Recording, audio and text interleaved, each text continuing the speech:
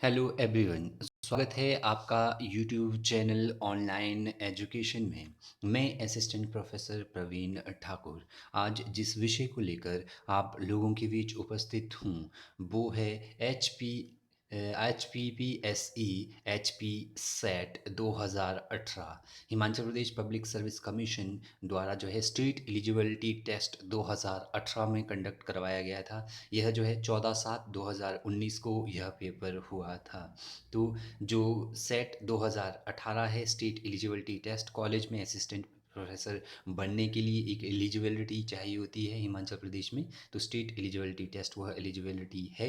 तो यह हेल्ड किया गया था 14/7/2019 को। तो मैं आप लोगों के बीच जो है पेपर सेकंड पॉलिटिकल साइंस, क्योंकि सेट में दो पेपर होते हैं, एक जनरल एप्टीट्यूड का पेपर होता है, तो दूसरा पेपर जो है MA पॉलिटिकल साइंस या पॉलिटिकल साइंस के स्टूडेंट्स के लिए मैं पेपर सेट सॉल्व करके आप लोगों के बीच प्रस्तुत कर रहा हूँ। तो जो लोग अभी जो सेट होने वाला है उसकी तैयारी कर रहे हैं तो उनके लिए यह बहुत महत्वपूर्ण साबित होगी यह वीडियो, और यह क्वेश्चन पेपर जो है उनकी तैयारियों के लिए बहुत बेनिफिशियल रहेगा। तो यदि आप चैनल पर नए हैं तो चैनल को सब्सक्राइब ज़रूर करें, और यदि आपको इसका जो है PDF चाहिए या और जो है पेपर्स का PDF चाहिए HPPSC सेट की, तो आप जो है इस वीडियो की लिंक डिस्क्रिप्शन में जाकर जो है डाउनलोड कर सकते हैं। तो चलिए शुरू करते हैं।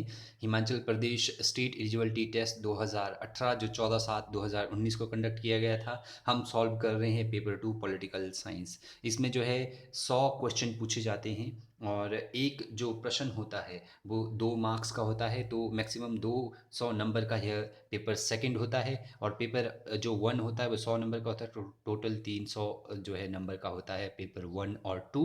पेपर जो सेकंड है इसमें 100 प्रश्न पूछे जाते हैं, और प्रत्येक प्रश्न 2 नंबर का होता है, और टाइम जो अलाउड किया जाता है वो 2 आवर्स है। तो ये कुछ एक इंस्ट्रक्शन है जो आपको ध्यान रखनी चाहिए जब भी आप जो है इस पेपर को अटेम्प्ट कर रहे हो। इसमें नेगेटिव मार्किंग का प्रावधान नहीं रहता है। तो हम देख रहे हैं राजनीति विज्ञान जो है प्रश्न पत्र 2, जो है इसके जो अंक है वो है 200, और प्रश्न पूछे जाते हैं इसमें 100। तो प्रत्येक अंक जो है 2 अंक का जो है प्रतीक है, और 100 इसमें जो है मल्टीपल चॉइस क्वेश्चन रहते हैं, और समय जो रहता है आप लोगों के पास वो रहता है 2 घंटे। तो चलिए जानते हैं कि कौन कौन से प्रश्न पूछे गए थे, उनके आंसर क्या क्या है। तो पहला प्रश्न पूछा गया था, निम्नलिखित में से कौन स्वतंत्रता से संबंधित नहीं है। तो इसका जो आंसर है, एक का आंसर है डी, RH टोनी जो है स्वतंत्रता से संबंधित नहीं है। बाकी जो है JS मिल, आइजा वर्लिन और FW हेग, ये जो है स्वतंत्रता से संबंधित है, ये सभी स्वतंत्रता की बात करते हैं। तो एक का आंसर जो है डी रहेगा। प्रश्न नंबर 2 जो पूछा गया था वो पूछा गया था कि निम्न में से कौन समानता से संबंधित नहीं है। तो इसमें जो है आंसर सी रहेगा। अलगाव जो है समानता से संबंधित नहीं है। बाकी सकारात्मक कार्यवाही हो, आरक्षण हो, प्रतिनिधित्व हो, यह समानता से संबंधित है सारे के सारे। और जो इसका आंसर रहेगा वो रहेगा सी। प्रश्न नंबर 3 जो पूछा गया था जो है HPPSC सेट 2018 में जो 14/7/2019 को हुआ था, वो पूछा था, निम्नलिखित में से कौन नोजिक की न्याय की संकल्पना से संबंधित नहीं है। तो इसका आंसर जो है रहेगा 3 का आंसर रहेगा डी। जो आनुभाविक जो तर्क है यह जो है नोजिक की न्याय कल्पना से संबंधित नहीं है। तो 3 का आंसर जो है डी रहेगा। 4 नंबर प्रश्न पूछा गया था कि निम्न का सही मिलान कीजिए तथा नीचे दी गई संकेत सूची से सही उत्तर दीजिए। तो विचारक दिए हैं, उनकी पुस्तकें दी गई है, इनमें से आपने जो है सही संकेत सूची का मिलान करना था। तो JS मिल ने जो है पुस्तक लिखी है ऑन लिबर्टी, और RH टोनी ने पुस्तक लिखी है इक्वेलिटी, जॉन रॉल्स की रचना है पॉलिटिकल लिबरलिज्म, और रोनाल्ड ड्वर्किन की रचना है जो है टेकिंग राइट्स सीरियसली। तो इसका आंसर जो है 4 का आंसर ए रहेगा। जो है 1 2 3 4, ये जो है आंसर इसका ए सही है। प्रश्न नंबर 5 जो पूछा गया था वो पूछा गया था, लोकतंत्र लोगों द्वारा लोगों के लिए शासन है, सर्वप्रथम किसने कहा था। तो यह अब्राहम लिंकन जी ने कहा था कि लोकतंत्र लोगों का लोगों द्वारा लोगों के लिए शासन है। इसके अलावा जो प्रश्न नंबर 6 पूछा गया था, शासनात्मकता का विचार जो है किसकी देन है। तो जो शासनात्मकता का विचार दिया है पॉलिटिकल साइंस में वो दिया है माइकल फुको ने। तो प्रश्न 6 का आंसर जो है डी रहेगा। प्रश्न नंबर 7 जो पूछा गया था, वो पूछा गया था कि आपने जो है एक असंगत जो युग्म है उसको छाँटना है जो मेल नहीं करता है। तो इसमें जो है सक्रिय नागरिकता जो है जोसेफ राज, यह मेल जो है असंगत है, अर्थात यह मेल नहीं करता है। तो 7 का आंसर जो है सी रहेगा। प्रश्न नंबर 8 पूछा गया था, निम्नलिखित में से क्या मार्क्सवाद में अलगाववाद का प्रकार नहीं है?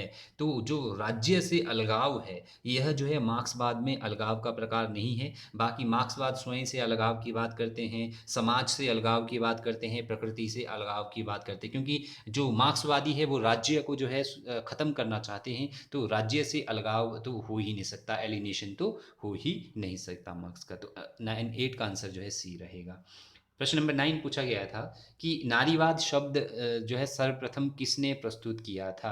तो जो नारीवाद शब्द सर्वप्रथम जो है प्रस्तुत किया गया था, वो किया गया था चार्ल्स फूरियर द्वारा।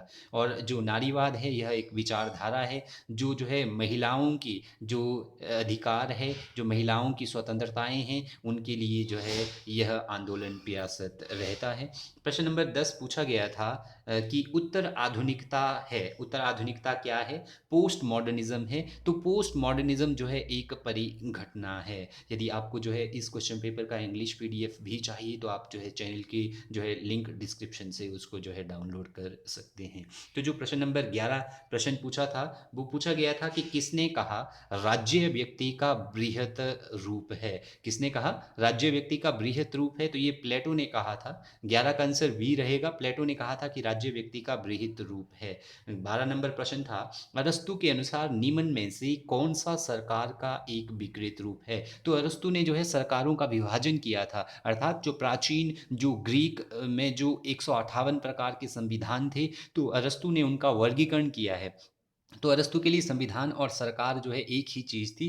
तो जब उन्होंने 158 संविधानों का वर्गीकरण किया तो उसमें उन्होंने जो है कुछ जो है शुद्ध रूप बताए हैं सरकार के, कुछ विकृत रूप बताए हैं। तो इसमें से जो है सरकार कौन-सा सरकार का विकृत रूप है? तो अरस्तु के अनुसार 12 का डी रहेगा। लोकतंत्र जो है अरस्तु के अनुसार सरकार का एक विकृत रूप है।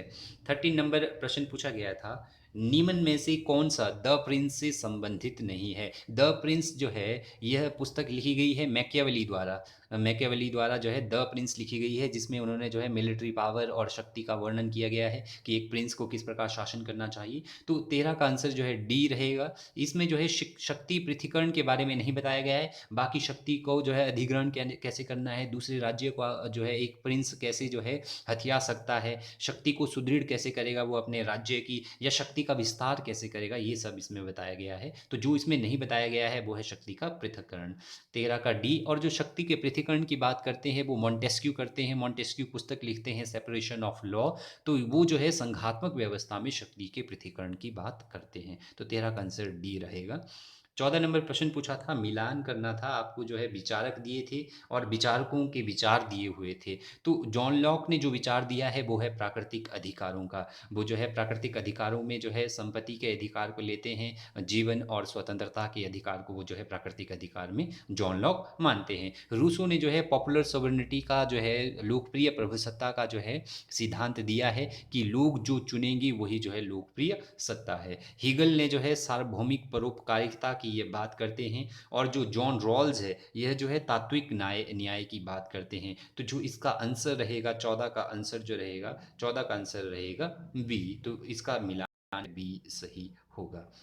तो 15 नंबर जो प्रश्न पूछा गया था वो पूछा गया था, निम्न में से कौन एक लिव्याथान का आधार था? तो अर्थात लिव्याथान जो पुस्तक लिखी गई, यह लिखी गई थी थॉमस हॉब्स द्वारा, क्योंकि वो इंग्लैंड से संबंधित थे। तो इंग्लैंड का जब सिविल वॉर इंग्लैंड में हो रहा था तो लिव्याथान में उन्होंने जो है इंग्लैंड की गृह युद्ध का वर्णन किया है।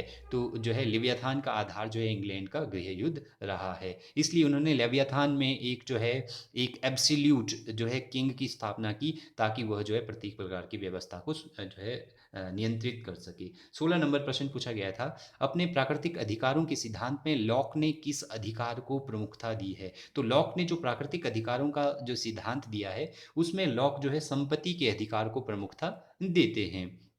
संपत्ति के अधिकार को वो प्रमुखता देते हैं, तो 16 का आंसर सी रहेगा। और इसी संपत्ति के अधिकार में वो जीवन और स्वतंत्रता के अधिकार को भी सम्मिलित करते हैं, लेकिन वे संपत्ति के अधिकार को सबसे अधिक प्रमुखता देते हैं, और उनका जो संपत्ति का अधिकार है वो जीवन के अधिकार को भी सम्मिलित करता है और स्वतंत्रता के अधिकार को भी सम्मिलित करता है, इसलिए 16 का आंसर जो है सी होगा।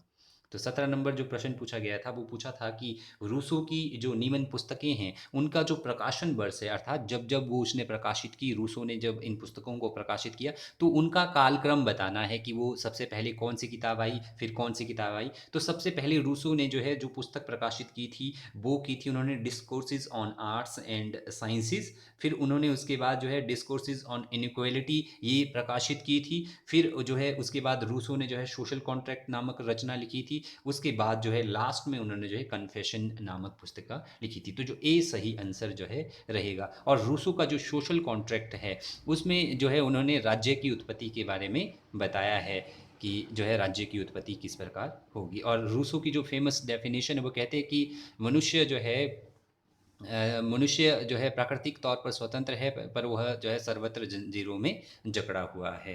तो प्रश्न नंबर 18 जो पूछा गया था वो पूछा गया था कि हीगलवादी जो है द्वंद्ववाद आधारित है। तो जो हीगल का डायलेक्टिकल मेथड है यह जो है विचार पर आधारित है, आइडियाज़ पर आधारित है। हीगल जो है थीसिस, एंटीथीसिस और सिंथेसिस की बात करते हैं। वो कहते हैं कि एक आइडिया आएगा, उस आइडिया के विरुद्ध जो है दूसरा जो आइडिया है वो एंटीथीसिस के रूप में आता है, फिर उन दोनों की जो अच्छी क्वालिटीज़ है वो सिंथेसिस के रूप में आगे आती है। तो हीगल द्वंद्ववाद जो है विचार पर आधारित है।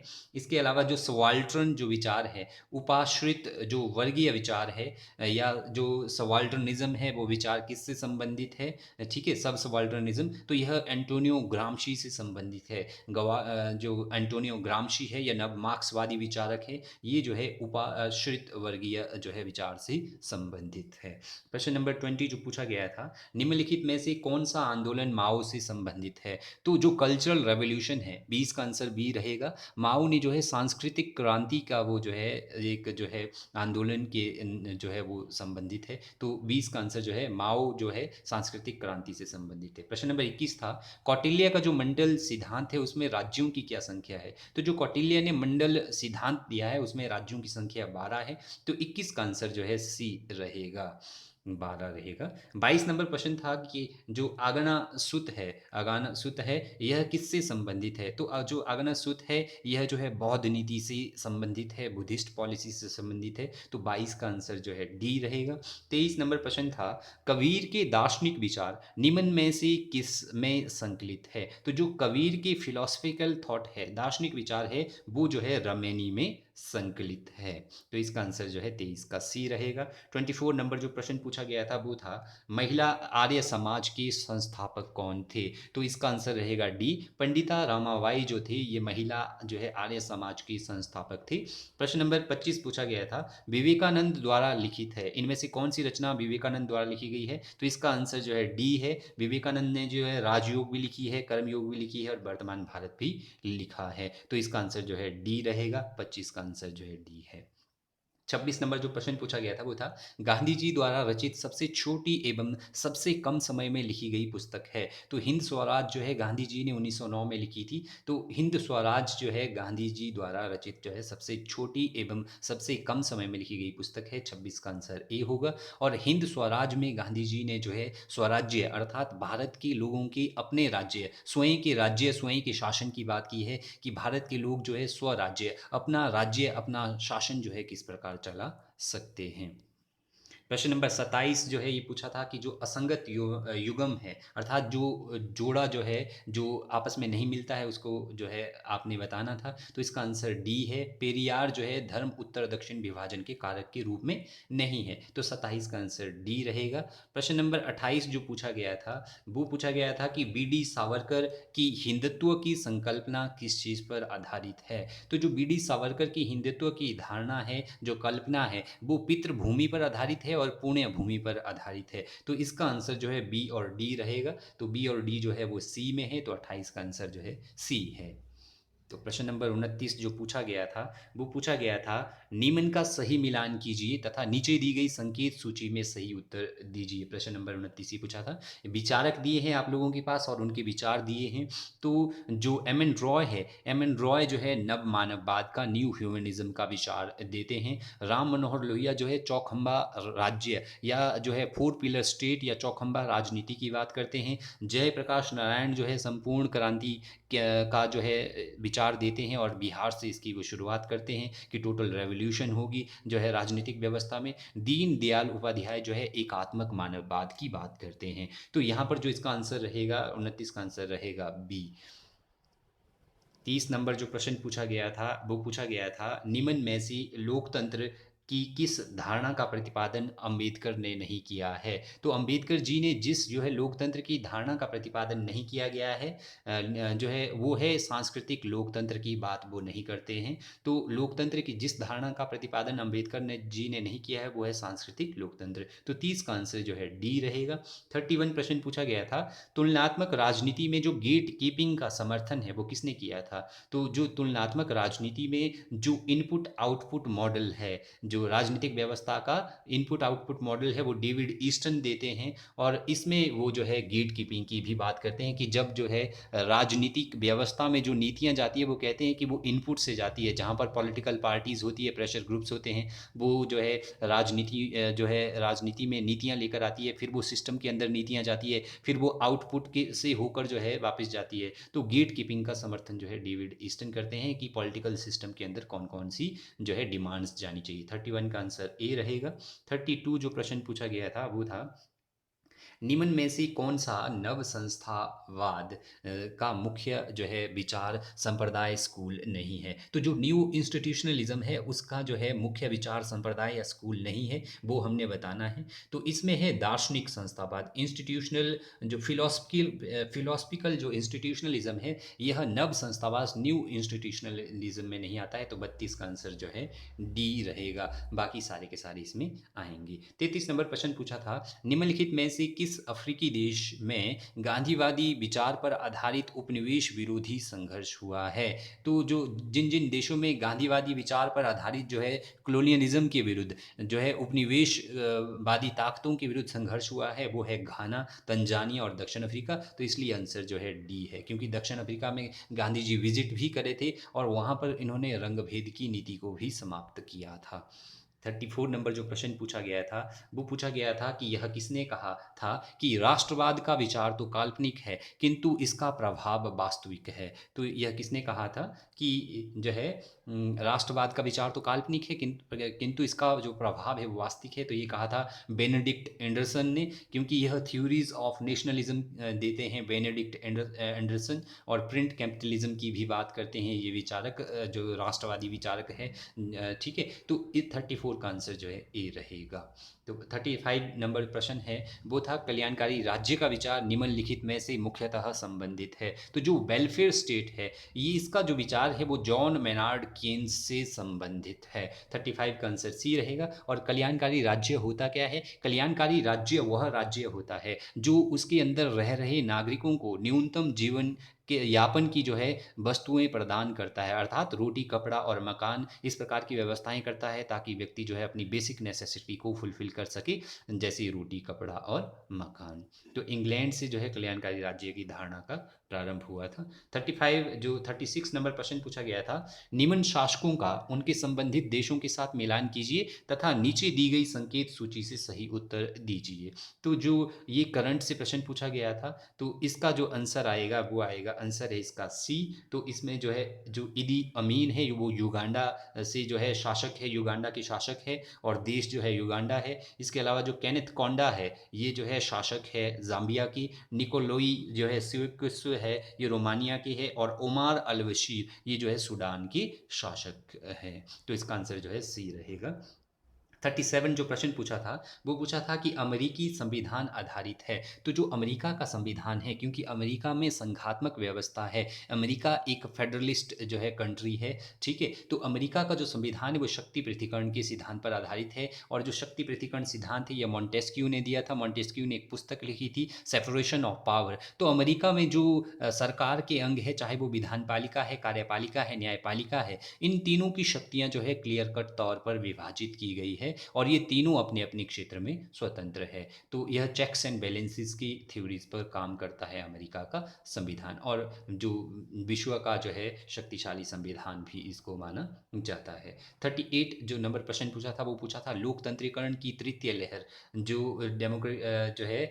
जो है डेमोक्रेसी की जो थर्ड वेव है, ठीक है, कारनेशन क्रांति निम्नलिखित में से किस देश में जो है घटित हुई है? तो जो कारनेशन क्रांति हुई है वो पुर्तगाल में घटित हुई है। तो 38 का जो है बी आंसर रहेगा। तो जो लोकतंत्र की जो है डेमोक्रेटाइजेशन की जो थर्ड जो वेव थी, डेमोक्रेसी की थर्ड वेव थी, उसके तहत जो है बहुत सारे देशों ने क्रांति करके जो है अपने आप वहाँ पर जो है रिजीम से, जो ताकतवादी रिजीम से उनके छुटकारा पाकर जो है वहाँ पर जो है उदारवादी जो है विचारधारा को स्थापित किया था, लोकतंत्र को स्थापित किया था। 38 का आंसर बी रहेगा।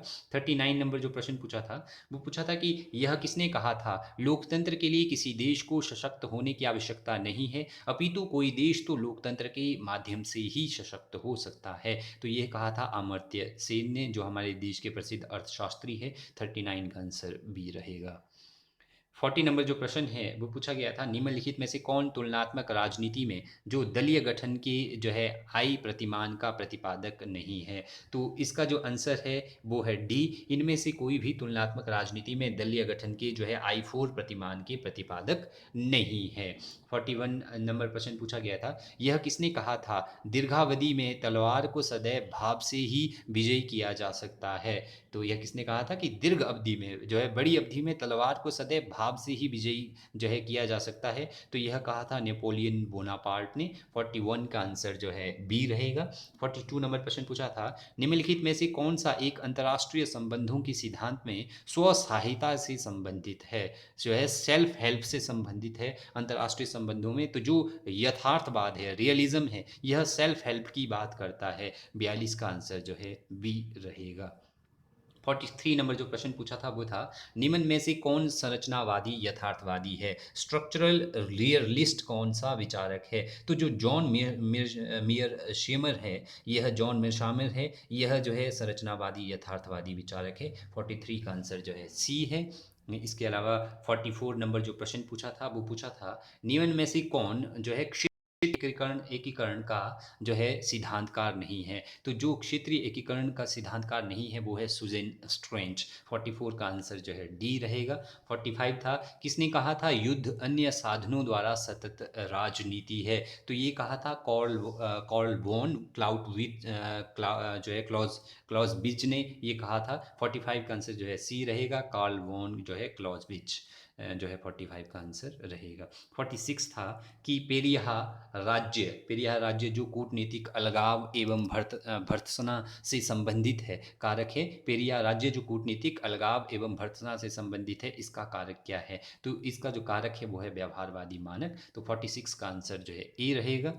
47 नंबर जो प्रश्न पूछा था वो था कि साइलेंट स्प्रिंग यह एक पुस्तक है, साइलेंट स्प्रिंग पुस्तक के लेखक कौन है? तो जो साइलेंट जो स्प्रिंग पुस्तक है, इसके जो लेखक है वो है राचेल कार्सन। तो इसका आंसर जो है 47 का सी रहेगा। अगली पुस्तक पूछी थी कि इसमें पूछा गया था ट्रेजेडी ऑफ कॉमन्स का समाधान निहित है। जो ट्रेजेडी ऑफ कॉमन है यह शब्द दिया था गैरेट हार्डिन ने, और वो देते हैं ये जो है क्लाइमेट चेंज के संदर्भ में, कि जो क्लाइमेट है ये सभी लोगों की समस्या है, क्लाइमेट चेंज, और सभी लोगों को इससे जो है मिलकर जो है सभी सरकारों को जो है इससे जो है बाहर आने के लिए प्रयास करना चाहिए। तो जो इसके समाधान से संबंधित है, ट्रेजेडी ऑफ कॉमन के समाधान, वो है निजी स्वामित्व, सरकारी नियामक, जनमानस द्वारा संसाधन। तो डी इसका आंसर रहेगा, उपयुक्त जो है सभी इससे संबंधित है। प्रश्न नंबर जो 49 पूछा गया था वो पूछा था कि जो जॉन ऑस्टिन निम्नलिखित में से संप्रभुता सोवरेनिटी की किस धारणा से संबंधित है? तो जॉन ऑस्टिन जो है विधिक सोवरेनिटी की बात करते हैं, वो लीगल सोवरेनिटी की बात करते हैं। जो जॉन ऑस्टिन है वो लीगल जो है सोवरेनिटी की बात करते हैं, विधिक जो है प्रभुसत्ता की बात करते हैं। तो 49 का आंसर जो है सी रहेगा। 50 नंबर प्रश्न पूछा था कि सही मिलान आप लोगों ने करना था, तो इसमें जो आंसर है वो है डी। डी जो आंसर है इसमें जो है सिद्धांत पूछा था आपसे, जो है सिद्धांत पूछे हैं, अप्रोचेस पूछे हैं और विचारक पूछे हैं कि किस विचारक ने वह सिद्धांत या उपगम दिया है। तो जो निर्णय निर्माण सिद्धांत है ये रिचर्ड स्नाइडर देते हैं डिसीजन मेकिंग थ्योरी। और जो व्यवस्था सिद्धांत है या मॉर्टन कम्प्लान देते हैं इंटरनेशनल रिलेशन में, जो है वो जो है सिस्टम अप्रोच की बात करते हैं। और जो संप्रेषण सिद्धांत है यह जो है कार्ल ड्यूश जो है संप्रेषण कम्युनिकेशन थ्योरी की बात जो है कार्ल ड्यूश करते हैं। और जो नव यथार्थवादी है यह जो है हैडली बुल जो है नव यथार्थवादी है। तो इसका आंसर जो है डी रहेगा। अगला प्रश्न पूछा गया था 51 की जो स्वातंत्र्योत्तर भारत के प्रथम विदेश मंत्री कौन थे? अर्थात जब भारत स्वतंत्र हुआ था तो उस समय भारत के विदेश मंत्री कौन थे प्रथम? तो ये थे पंडित जवाहरलाल नेहरू। पंडित जवाहरलाल नेहरू जी को भारत की विदेश नीति का जन्मदाता भी कहा जाता है और इन्होंने ही भारत में जो है फॉरेन पॉलिसी अफेयर डिपार्टमेंट की भी स्थापना करवाई थी। तो इनको जो है जो स्वातंत्र्य भारत के प्रथम विदेश मंत्री थे वो पंडित जवाहरलाल नेहरू थे। 51 का आंसर ए होगा। 52 निम्नलिखित में से कौन विदेश नीति के यथार्थवादी विचार जो या संप्रदाय स्कूल के संस्थापक है? तो जो रियलिस्ट पर्सपेक्टिव देते हैं फॉरेन पॉलिसी का वो कौटिल्य देते हैं। तो 52 का आंसर जो है ए रहेगा। तो विदेश नीति का जो यथार्थवादी जो संप्रदाय है स्कूल है उसके संस्थापक जो है कौटिल्य को माना जाता है। 53 प्रश्न पूछा था भारत ने निम्न में से कौन सी गुटनिरपेक्ष शिखर वार्ता आयोजित की थी? अर्थात भारत में जो गुटनिरपेक्ष आंदोलन की कौन सी वार्ता कौन सा सम्मेलन भारत में हुआ था? तो यह 7वां सम्मेलन हुआ था 1983 में भारत में, जो नॉन अलाइनमेंट मूवमेंट बनी थी 1961 में। और इसको जो है एशिया देशों की एकता का सम्मेलन जो है 1955 में हुआ था वो। और 1961 में बेलग्रेड में जो सम्मेलन होता है वहाँ पर नेम की स्थापना जो है की जाती है। तो प्रश्न नंबर 54 पूछा गया था 1971 के युद्ध में डीगो गार्सिया से भारत के लिए किस सैन्य समुद्री बेड़े ने जो है बढ़ने के लिए आदेशित किया गया था? तो जो डीगो गार्सिया से भारत के लिए जो समुद्री बेड़ा आया था, क्योंकि 1971 में भारत का जो युद्ध हुआ था वो 1900 जो है 61 में हमारा युद्ध पाकिस्तान के साथ हुआ था। तो अमेरिका ने अपना 7वां बेड़ा जो है भारत की तरफ जो है भेजा था। 54 का जो है आंसर सी रहेगा। 55 का आंसर है हाल ही में किस इजरायली पुष्प का नामकरण भारत के प्रधानमंत्री के नाम पर हुआ है? तो जो इजराइल में जो फ्लावर है जिसका नाम भारत के प्रधानमंत्री के नाम पर किया गया है उस जो फ्लावर का नाम है वो है काइसे नथीमम, क्राइसे थेनेमियम। ठीक है, तो इसका आंसर सी रहेगा, क्राइसे नथीमम जो है इसका आंसर होगा 55 का। 56 प्रश्न पूछा था भारत ने किस देश के साथ रेलवे की उन्नयन हेतु समझौता किया है? तो इसका आंसर जो है सी रहेगा, फ्रांस के साथ जो है रेलवे की उन्नयन हेतु समझौता किया है। 57 पूछा था हैंड इन हैंड एक संयुक्त युद्धाभ्यास जो भारत और डैश डैश के मध्य जो है आयोजित हुआ है। तो जो हैंड इन हैंड एक संयुक्त जो युद्ध अभ्यास था यह भारत और चीन के बीच में हुआ है। 56 का आंसर ए रहेगा। 58 नंबर जो प्रश्न पूछा गया है वो पूछा गया था कि निम्न में से कौन सा भारत की विदेश नीति का भाग नहीं है या भाग नहीं रहा है? तो ये जो है भारत की विदेश नीति के भाग जो है लुक ईस्ट जो है, एक्ट ईस्ट और जो है लुक बेस्ट, ये जो है भारत की विदेश नीति के भाग रहे हैं। लेकिन एक्ट बेस्ट जो है ये भारत की विदेश नीति का अभी तक भाग नहीं रहा है। 58 का आंसर जो है डी होगा। तो लुक ईस्ट नीति का भी आपको ज्ञान होना बहुत ज़रूरी है। ब्रिक्स में कौन कौन से देश सम्मिलित है? तो ब्रिक्स में जो है ब्राज़ील, रूस, भारत, चीन और दक्षिण अफ्रीका सम्मिलित है। तो इसका आंसर जो है ए रहेगा 59 का। 60 नंबर जो प्रश्न पूछा गया था वो पूछा था कि प्रथम भारतीय सर्ब महिला संयुक्त राष्ट्र शांति जो है स्थापना इकाई किस देश में भेजी गई थी? प्रथम भारतीय जो सर्ब महिला संयुक्त राष्ट्र शांति स्थापना इकाई थी वो किस देश में भेजी गई थी? तो यह भेजी गई थी लाइबेरिया में। 60 का आंसर जो है बी होगा। 61 प्रश्न पूछा था भारत में संविधान सभा का गठन जो है निम्न में से किसके आधार पर हुआ है? तो भारत में जो संविधान सभा का गठन हुआ हुआ है वो कैबिनेट मिशन की जो है जो संतुतियाँ थी, जो रिकमेंडेशन थी उसके आधार पर हुआ है। तो 61 का आंसर जो है बी रहेगा। 62 नंबर जो प्रश्न पूछा गया था वो पूछा गया था कि भारतीय संविधान की जो उद्देशिकता है, जो उद्देशिका है, जो प्रियम्बल है, वर्णित हम भारत के लोग किस चीज़ से संबंधित, अर्थात भारत की संविधान की प्रस्तावना में जो शब्द है हम भारत के लोग, यह क्या बताता है, यह किससे संबंधित है? तो यह लोकप्रिय संप्रभुसत्ता की बात करता है 62 कि भारत के लोग जो है शक्ति का अंतिम स्रोत है, अर्थात संविधान और जो सरकार है उसकी जो शक्ति का स्रोत है वो भारत के लोग है। तो 62 का आंसर जो है ए रहेगा। 63 जो प्रश्न पूछा था वो पूछा था कि निम्न में से क्या भारतीय संविधान के मूल ढांचे का भाग नहीं है? तो जो basic structure of Indian constitution है आपने बताना है उसका भाग कौन सा नहीं है। तो जो राज्यों की स्वतंत्रता एवं प्रतिष्ठा है वो जो है मूल ढांचे का भाग नहीं है, basic structure of Indian constitution नहीं है। तो 63 का आंसर जो है डी रहेगा। 64 प्रश्न पूछा था उच्चतम न्यायालय हाई कोर्ट में जो एडॉक जो जस्टिस होते हैं, तदर्थ न्यायाधीशों की नियुक्ति जो है संबंधित उससे अनुच्छेद जो है कौन सा है? तो जो अनुच्छेद 127 है यह जो है तदर्थ न्यायाधीशों की नियुक्ति से, अडॉक न्यायाधीशों की नियुक्ति से संबंधित है। प्रश्न नंबर 60 जो 5 पूछा गया था वो पूछा था कि धन विधेयक के संबंध में निम्न में से क्या सत्य नहीं है? तो जो फाइनेंस बिल है उससे संबंधित जो है क्या सत्य नहीं है, क्या सही नहीं है, ये आपने बताना था। तो इसका आंसर जो है सी है। धन विधेयक पर दोनों सदनों की सहमति अनिवार्य है, क्योंकि जो धन विधेयक है, फाइनेंस बिल जो है लोकसभा का अधिकार क्षेत्र है, और जो है धन बिल जो है, जो वित्त बिल है, धन विधेयक है, यह लोकसभा में, यह जो है संसद में केवल और केवल लोकसभा ही जो है प्रस्तुत कर सकती है। और जो लोकसभा का स्पीकर है वह यह निर्धारित करता है कि कौन सा बिल धन बिल है या कौन सा बिल धन बिल नहीं है। और किसी भी धन बिल को संसद में प्रस्तुत करने से पहले उस पर राष्ट्रपति की स्वीकृति आवश्यक होती है। तो 66 का आंसर जो है सी रहेगा।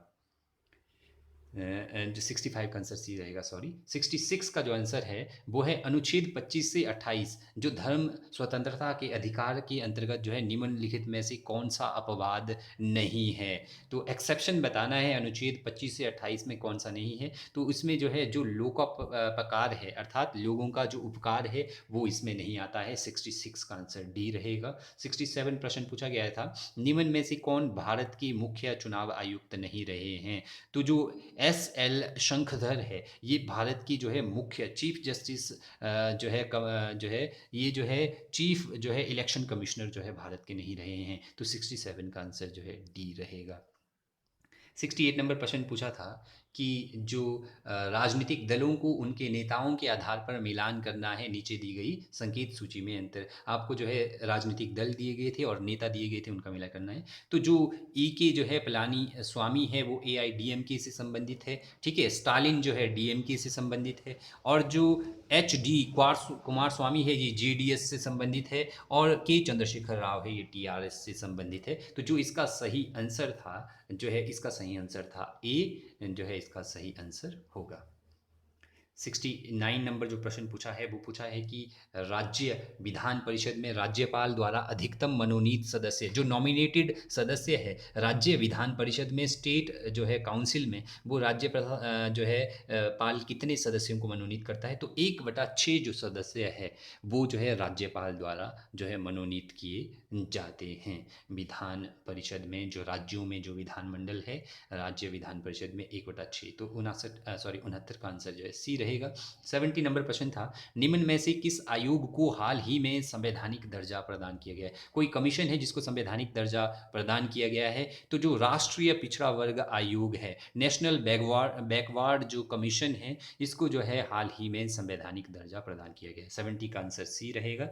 71 प्रश्न पूछा था अपने पहले प्रारंभिक चरण में भारत का जो राज्य है वो जो है परिभाषित किया गया है। जब भारत की राज्य का जो प्रारंभिक चरण था, ठीक है, उस राज्य को जो है गुरनार्ड मृडाल ने जो है मृदु राज्य जो है उसको परिभाषित किया है। तो जो गुरनार्ड मृडाल है उन्होंने इसको जो है मृदु राज्य घोषित किया है। 71 का आंसर ए रहेगा। सॉफ्ट स्टेट की संज्ञा दी है गुरनार्ड मृडाल ने जो है भारत के राज्य को, ठीक है। 72 जो है जो महान नोवेलिस्ट प्रतिमान के संस्थापक PC महान नॉवेलिस्ट थे, जो नोविस थे, ये क्या थे? तो ये जो है एक स्टैटिस्टिशियन थे, ये जो है एक सांख्यिकी विद थे। तो 72 का आंसर जो है ए रहेगा।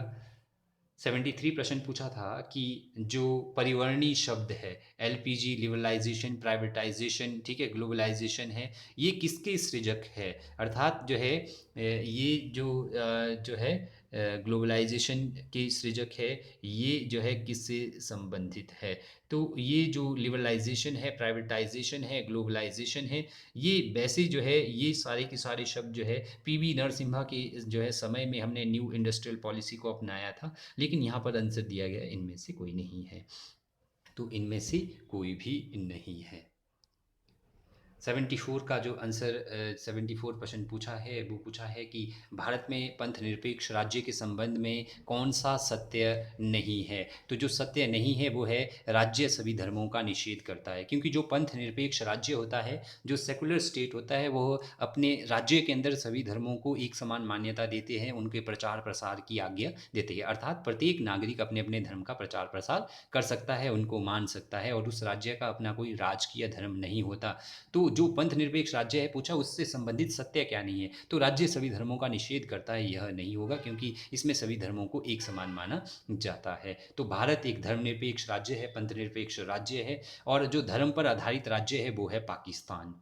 75 प्रश्न पूछा था, जो थर्ड वेव ऑफ डेमोक्रेसी है, तृतीय लोकतांत्रिक जो अभ्युत्थान है, संकल्पना किससे संबंधित है? जो थर्ड लोकतांत्रिक अभ्युत्थान है, यह है प्रतिस्पर्धा बाजार उन्मुखता से। तो 75 का आंसर जो है बी रहेगा। 76 जो प्रश्न पूछा था वो पूछा था कि निम्न में से कौन सा गैर सरकारी संगठनों का वर्गीकृत श्रेणी नहीं है? तो जो नॉन गवर्नमेंटल ऑर्गेनाइजेशन है, उनकी वर्गीकृत श्रेणी कौन सी नहीं है? तो वो है सर्व भारतीय एनजीओज, जो है ये जो है गैर सरकारी संगठनों की वर्गीकृत श्रेणी नहीं है। 76 का आंसर सी रहेगा।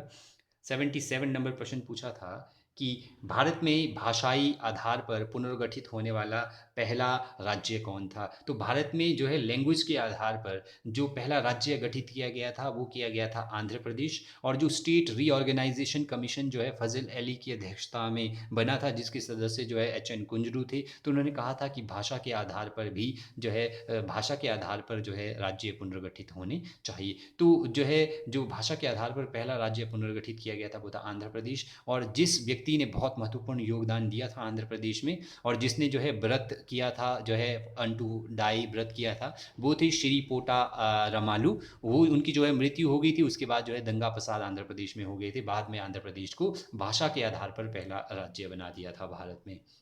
78 पूछा था, किस लोकसभा का जो लोकसभा में सर्वाधिक महिला सांसद रही है? तो जो 16वीं लोकसभा है, इसमें जो है सबसे अधिक जो है महिलाएं जो है एमपीज के तौर पर चुनी गई है। तो इसका आंसर जो है डी रहेगा। 79 प्रश्न पूछा था, कौन राष्ट्रीय राजनीतिक दल 2014 के लोकसभा चुनाव में अपना खाता खोलने में असफल रहा था? तो जो बसपा है, बहुजन समाज पार्टी है, यह जो है 2014 के चुनाव में अपना खाता खोलने में नाकाम रही थी। अगला प्रश्न पूछा था, बीवी जो है बीवी पैट क्या होती है, या बीवीपीएटी के शब्द का क्या विस्तार है? तो यह जो ईवीएम है, ईवीएम में जो है इसको कहा जाता है voter verifiable paper audit trail. VVPAT जो है इसको कहा जाता है, वीवी पैट जो है इसको कहा जाता है, वोटर वेरीफाइबल जो है पेपर ऑडिट ट्रेल इसको कहा जाता है।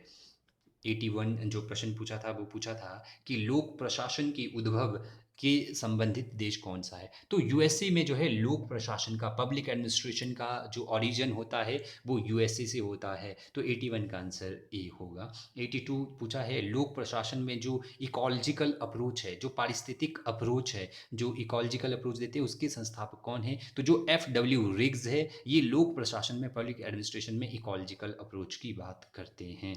प्रश्न नंबर 83 पूछा गया था कि नव लोक प्रशासन, न्यू पब्लिक एडमिनिस्ट्रेशन के विचार के प्रतिपादक कौन है? तो जो ड्वाइट बाल्डो है, ड्वाइट बाल्डो जो है, यह जो है नव लोक प्रशासन जो है, न्यू पब्लिक एडमिनिस्ट्रेशन के प्रतिपादक जो है ये है। इन्होंने एक पुस्तक लिखी है जो है नव लोक प्रशासन।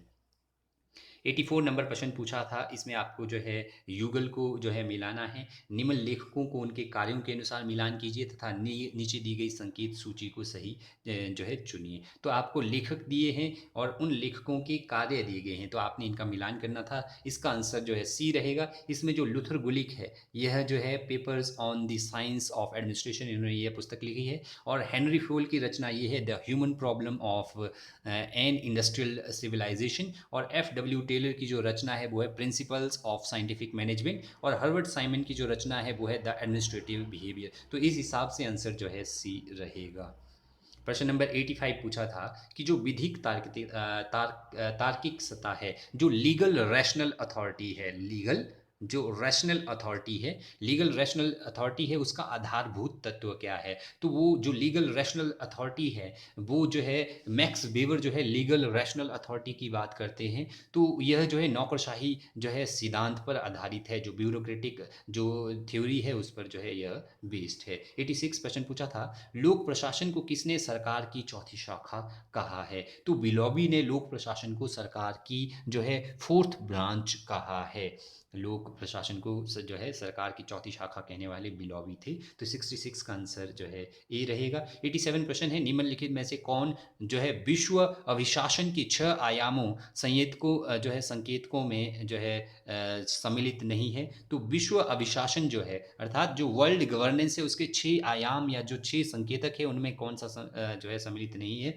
तो 87 का आंसर डी है। जो स्वतंत्र मीडिया है, फ्री प्रेस है, वह जो है विश्व अभिशासन के 6 आयामों के संकेतकों में नहीं है। 8 नंबर प्रश्न पूछा था कि निम्नलिखित में से किसे प्रबंधन का जो है फादर ऑफ मैनेजमेंट या प्रबंधन का मसीहा कहा जाता है? तो ये है एमपी फॉलेट। एमपी फॉलेट को जो है मैरी पार्कर फॉलेट को प्रबंधन का, मैनेजमेंट का जो है मसीहा कहा जाता है।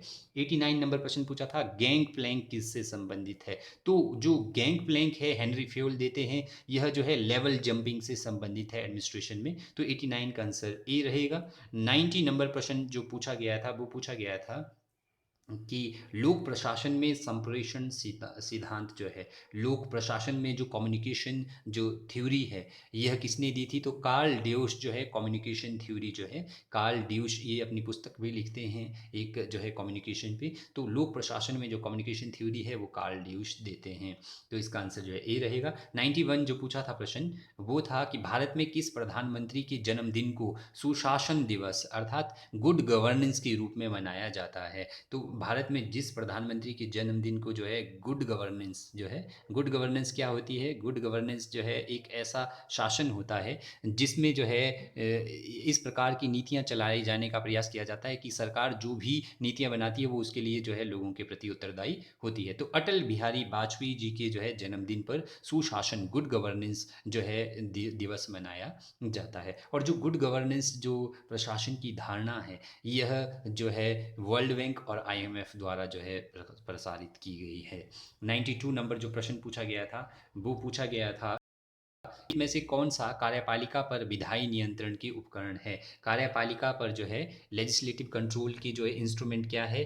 तो ये सभी, इसका आंसर डी रहेगा। अविश्वास प्रस्ताव भी जो है कार्यपालिका पर जो है विधायी नियंत्रण का उपकरण है। राष्ट्रपति पर महाभियोग, क्योंकि राष्ट्रपति जो है कार्यपालिका अपने आप में है, तो राष्ट्रपति को महाभियोग द्वारा हटाया जा सकता है जिससे राष्ट्रपति पर जो है नियंत्रण रखा जा सकता है। और प्रश्न काल में जो कार्यपालिका में जो मंत्री होते हैं उनसे जो है प्रश्न पूछे जा सकते हैं उनके विभाग के संबंध में। और अविश्वास प्रस्ताव द्वारा कार्यपालिका को अर्थात सरकार को हटाया जा सकता है। तो 92 का आंसर डी रहेगा। 93 था करप्शन परसेप्शन इंडेक्स 2018 जो आया था उसमें भारत की रैंकिंग क्या थी? तो 93 का आंसर सी है। 78th रैंकिंग थी, जो है 78 जो रैंक थी यह भारत की थी करप्शन परसेप्शन इंडेक्स 2018 में। अगला प्रश्न पूछा गया है 94 पूछा था कि जो सिटीजन चार्टर है उसमें जो प्रिविलेजेस जो रिड्रेसल बिल है, सिटीजन चार्टर एंड जो है जो प्रिविलेजेस रिड्रेसल बिल है यह किस वर्ष अस्तित्व में आया था? तो यह आया था 2011 में। 94 का आंसर जो है ए रहेगा। 95 पूछा था भारत में लोकसभा के प्रथम अध्यक्ष कौन है? तो जो पीसी घोष है वो जो है लोकपाल के प्रथम अध्यक्ष थे भारत में। जो लोकपाल के प्रथम अध्यक्ष थे वो थे पीसी घोष, तो 95 का आंसर जो है बी रहेगा। 96 पूछा था कि ग्राम सभा क्या है? तो ग्राम सभा जो है एक संवैधानिक निकाय है, और जो 73वां संवैधानिक संशोधन है जो 1993 में जो है अस्तित्व में आया था, 24 अप्रैल 1993 को यह लागू हुआ था, तो जो है स्थानीय जो स्वशासन की स्थापना करता है गांव पर, तो उसमें जो है जो ग्राम सभा है, ग्राम सभा की परिभाषा दी गई है, और इसको जो है संवैधानिक निकाय, इसको जो है कॉन्स्टिट्यूशनल बॉडी जो है माना गया है। 97 पूछा गया था नीति आयोग में प्रधानमंत्री का पद होता है, तो नीति आयोग के जो अध्यक्ष होते हैं वो भारत के प्रधानमंत्री होते हैं, तो वो ये जो है पदेन सभापति होते हैं। और नीति आयोग जो है 1 जनवरी 2015 को जो है योजना आयोग के स्थान पर स्थापित किया गया था। तो नीति में जो नीति आयोग है, नीति का अर्थ होता है national institution for transforming India. प्रश्न नंबर 98 पूछा था सरकारी कार्यक्रम आयुष्मान आयुष्मान जो भारत है ये किससे संबंधित है? तो जो स्वास्थ्य बीमा प्रदान करना है, अर्थात जो हेल्थ कार्ड बनाना है, हेल्थ जो पॉलिसी जो है प्रोवाइड करना, यह जो इसका काम है, तो 98 का आंसर जो है बी रहेगा। 99 नंबर प्रश्न पूछा था जो सामाजिक अंशेषण है, जो है इस यह किससे संबंधित है? सामाजिक जो अंशेषण है यह मनरेगा से संबंधित है, और जो महात्मा गांधी नेशनल रूरल जो है जो गारंटी स्कीम चलाई गई है मनरेगा, यह इसमें जो है 100 दिन का रोजगार जो है प्रत्येक नागरिक को दिया जाता है गाँव में। 99 का आंसर बी रहेगा। 100 नंबर प्रश्न पूछा था भारत के किस राज्य ने सर्वप्रथम जो है खाद्यान्न फूड सिक्योरिटी जो है बिल पास किया था, खाद्यान्न सुरक्षा अधिनियम पास किया था? तो ये है छत्तीसगढ़। 100 का आंसर जो है छत्तीसगढ़ पहला राज्य था जिसने फूड सिक्योरिटी बिल सबसे पहले जो है इसको जो है क्रियान्वित किया था, तो 100 का आंसर जो है ई है। तो ये था Himachal Pradesh public service commission द्वारा जो है 24 जो है 7/2019 को करवाया गया जो है HPPSC सेट 2018। तो यदि आपको वीडियो अच्छी लगी हो तो मोर लेटेस्ट अपडेट्स के लिए आप चैनल को ज़रूर सब्सक्राइब करें। Thank you very much.